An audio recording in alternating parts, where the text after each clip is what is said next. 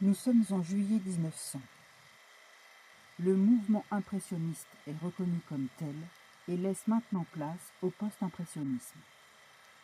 Voici Julie.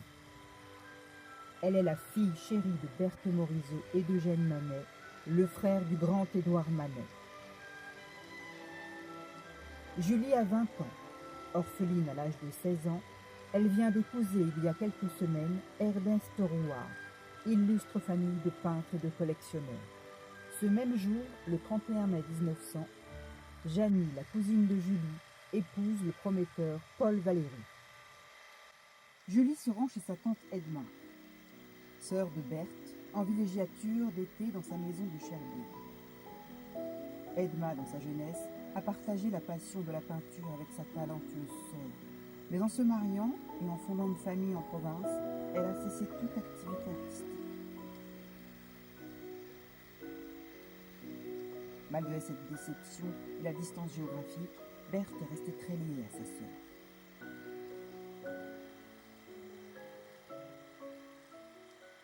Julie est troublée et souhaite obtenir des éclaircissements sur la découverte qu'elle a faite il y a quelques jours en laissant tomber le petit tableau « Le bouquet de violettes » offert par Édouard Manet à Berthe Morisot en 1872. En se brisant, le cadre a libéré un petit billet soigneusement plié et caché qui sème le trouble dans l'esprit de Julie.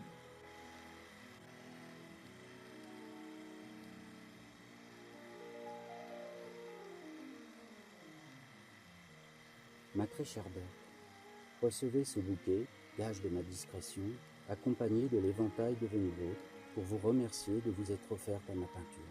Quant à la lettre, illisible à nul autre que nous, je vous y déclare mon sentiment éternel. Gardez ce petit tableau en souvenir de moi et restons bons amis. Édouard Manet. Quelle était la nature de leur relation? Lui aurait-on caché un lourd secret de famille? Sa mère, si droite et si intègre, aurait-elle pu ainsi tourner Eugène, son père, en ridicule? C'est impensable, mais cela tourmente Julie au point de faire vaciller Berthe du piédestal où elle l'avait mise.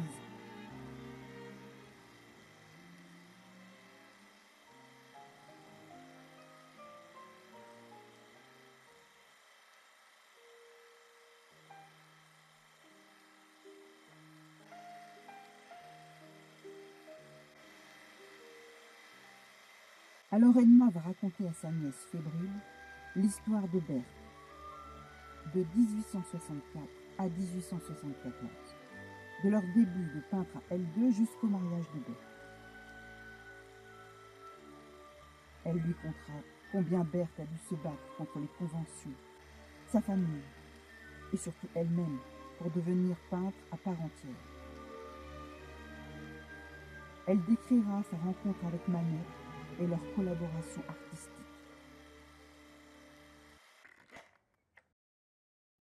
Passy, 13 mars 1870.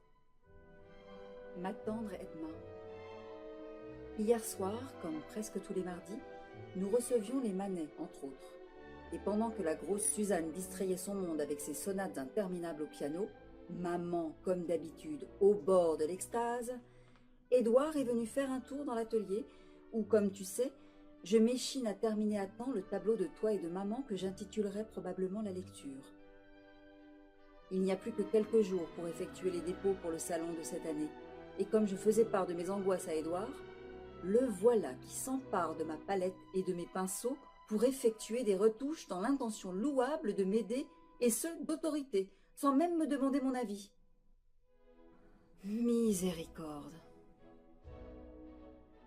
Il s'en est d'abord pris au bas de la robe de maman, puis est remonté à son visage. Il ne pouvait plus s'arrêter d'apporter touche sur touche, jusqu'au fond gris-perle qu'il a barbouillé avec ses vilaines pattes. J'avais beau essayer de le dissuader de continuer, voilà le résultat. Un semi-Manet complètement raté. Quel carnage! J'étais dans une rage folle et j'aurais préféré tout détruire, comme j'en ai l'habitude, plutôt que de présenter cette horreur au jury du salon.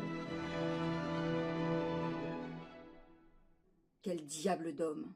On ne peut s'empêcher ou de l'adorer sans mesure, ou de le détester tout à fait. Bien à toi, ta très chère Berthe. Nous vous espérons nombreux pour cette immersion au XIXe siècle, où vous serez les témoins privilégiés de la destinée de Berthe Morisot au seuil de sa grande carrière artistique si injustement méconnue. Vous découvrirez non seulement la peintre de talent, mais également la femme hors du commun, avec ses doutes et ses certitudes. Probablement une des premières féministes avant l'heure.